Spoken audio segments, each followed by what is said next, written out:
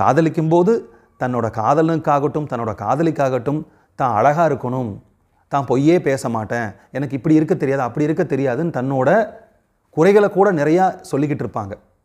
ஆனால் திருமணத்துக்கு அப்புறம் கூடவே இருந்து ஒன்றா வாழ்ந்துக்கிட்டு வரும்போது அவங்களோட சின்ன சின்ன குறைகளை அதிகமாக கண்டுபிடிக்க ஆரம்பிச்சிருவாங்க.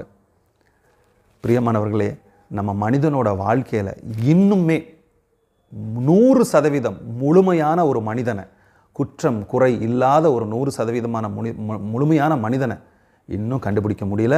அந்த தேடுதல் வேட்டை இன்னும் தொடர்ந்துகிட்டே தான் இருக்குது. ஆனால் இதுக்குள்ளெல்லாம் நம்ம எப்படி சந்தோஷமாக வாழ்ந்துக்க முடியும், ஆனந்தமாக வாழ்ந்துக்க முடியுங்கிற டெக்னிக் நம்ம கையில் இந்த பிரபஞ்சம் கொடுத்துருக்குது. என்னென்னா, எது எப்படி இருக்குதோ அதை அப்படியே ஏற்றுக்கணும்.